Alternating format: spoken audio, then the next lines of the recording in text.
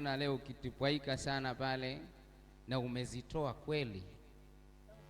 Lakini kakaangu naye msomaji wa Qur'ani akasema hapana, mimi nilikuwa kwa Mungu, sasa huku kwa mtume, na mimi ngoja nikaguseguse kule kwa mtume Muhammadi. Allahumma salli wa sallim alayhi. Allahumma salli wa sallim alayhi. Nilitangulia kusema nikamwambia mdogo wangu, kwa vile unaenda kwenye jambo tukufu ambalo kaka zako tushapita huko, sasa usije ukatuangusha. Na fikiri kwamba amebeba ile falsafa niliyomwambia usije ukatuangusha, na hata baadaye nikirudi tena usije ukaniangusha. Zangu sasa mimi nilitangulie huku Dar es Salaam kuja kuanza, mwenyewe ndio ameshika Dar es Salaam yake. Kwenye ukweli pasemwe, mimi sasa nitumwe kwingine, kafanya kazi ya Mungu. Na usisikie maneno, fanya kazi ya Mungu, twende mbele, na Dar es Salaam itajua kwamba tumetoka kuja kufanya kazi ya Allah Subhanahu wa Ta'ala, kwa kuwa tuko na kiongozi imara ambaye anatuonyesha njia, anatuonyesha tupite hapa ili twende tutoke salama.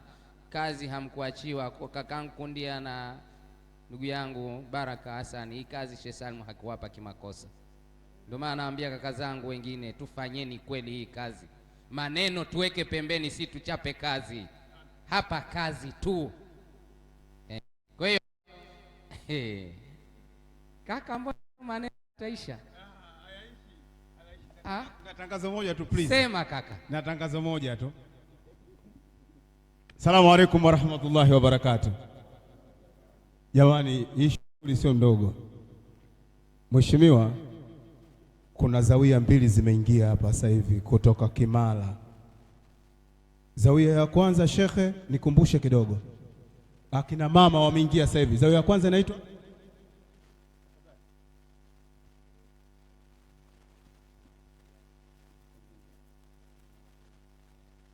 zawia zote za Sheikh Mtimkavu, Kimara Golani na Kimara,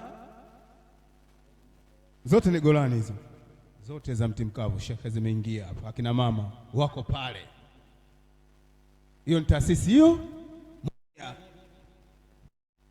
Umenisikia vizuri bwana? Lakini la mwisho kabisa, ndugu yangu yule wa Klaus amefika baraza. Nilimuomba angalau hata sema neno moja tu, lakini anasema haya mazingira yaliyokuwepo jamani. Asante bwana, umenielewa vizuri bwana. Kwa hiyo hali iliyokuwepo ile ameshindwa hata kusimama. Jamani, mimi nimetokea vibaya, na sasa hivi amepigiwa simu, anataka wakakave vipindi viwili usiku huu. Kwa hiyo sasa hivi anaenda kazini, kesho anaamka na kazi mpaka jioni, lakini mkurugenzi ameitwa aende kipindi cha Clouds TV, Clouds FM na Clouds TV inaruka manake live. Mkurugenzi ataenda, lakini pia vile vile amesema hivi, kama kutakuwa na mawaidha hapa yote yatarekodiwa na yataruka kipindi cha Ijumaa. Kama hakutakuwa na mawaidha maulidi haya, basi haya atahakikisha anayarusha kipindi cha Ijumaa, yatazungumziwa hivi. Kipindi cha Ijumaa kinachoruka kuanzia saa 11 alfajiri mpaka saa 12 kamili.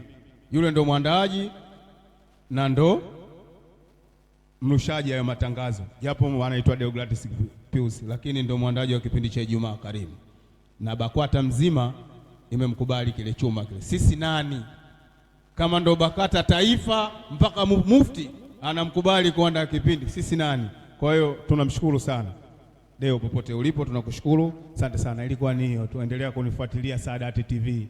Hii bwana ndo Saadati TV. Karibu.